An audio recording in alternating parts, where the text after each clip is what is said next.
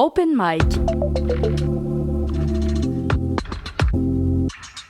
Coucou, c'est Mick Dufour. Bienvenue. Allô la gang! Je pensais sérieusement qu'il n'y aurait pas d'épisode de Open Mic cette semaine.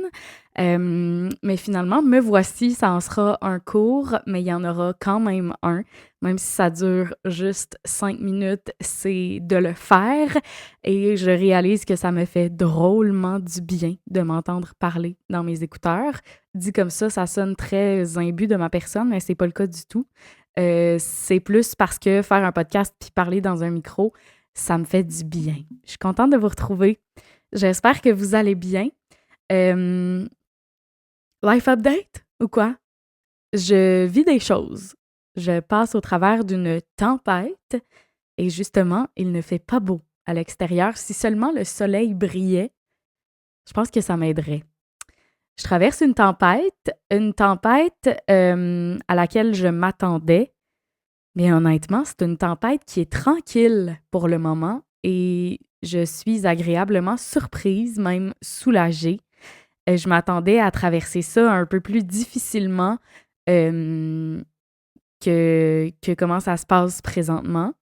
Je dis pas que je trouve ça super facile, mais je suis capable d'être assise ici devant vous et de vous jaser. Fait que déjà ça, c'est une grande étape, c'est un grand step.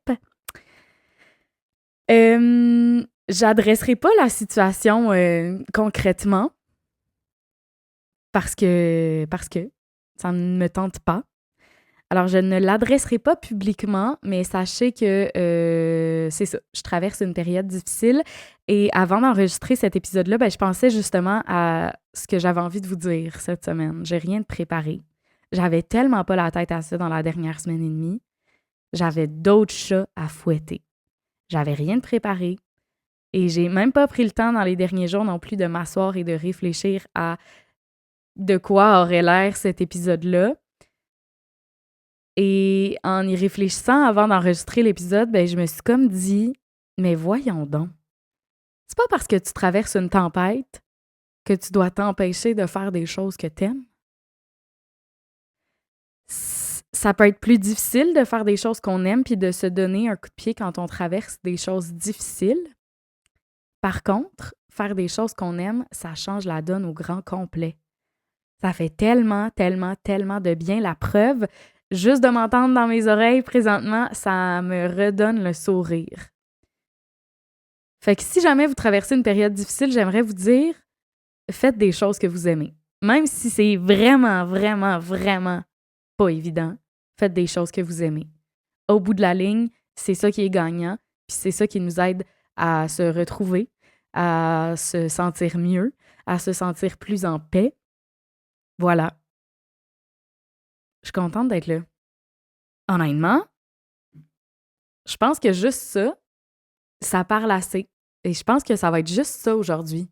Faites des choses que vous aimez si vous n'allez pas bien. C'est difficile, c'est pas évident, mais ça fait du bien. Ça fait du bien de reconnecter avec ce qu'on aime, que ce soit de jaser dans un micro, de faire du journaling, d'aller hiker une montagne. Ça me tente pas présentement, par exemple. Mais des petites affaires là, qui sont pas un trop gros défi, mais que vous savez qu'ils vont vous faire du bien. Faites-vous une liste, au pire. Moi, c'est ça que j'ai fait. On va aller dans mon cell.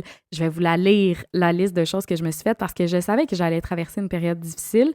Puis, en prévision de cette période-là, je me suis comme fait une liste pour aller mieux et à laquelle me référer si jamais je sentais que je perdais pied.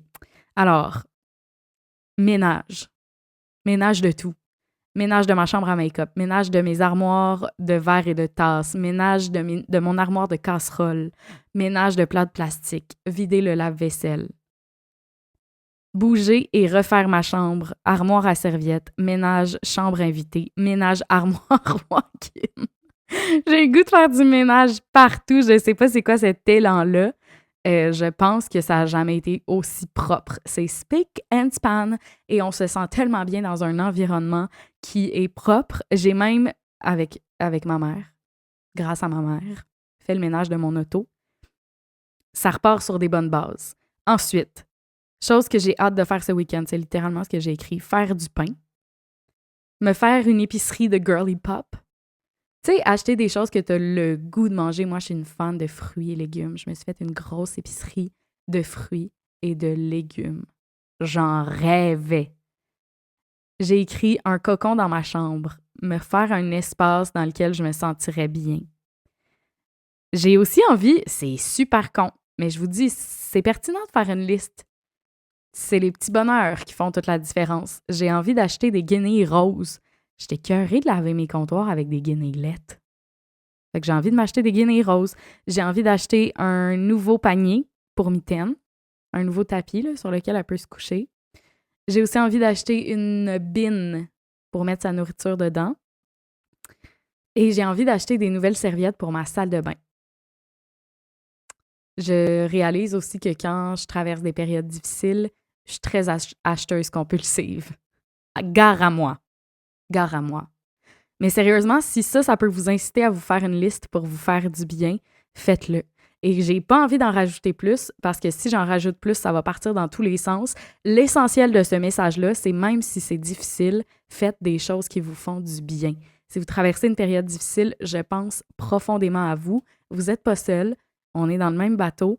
Et je vous dis à bientôt pour un prochain épisode de Open Mic avec le même micro à la Momoute Rose et la même vulnérabilité. À plus!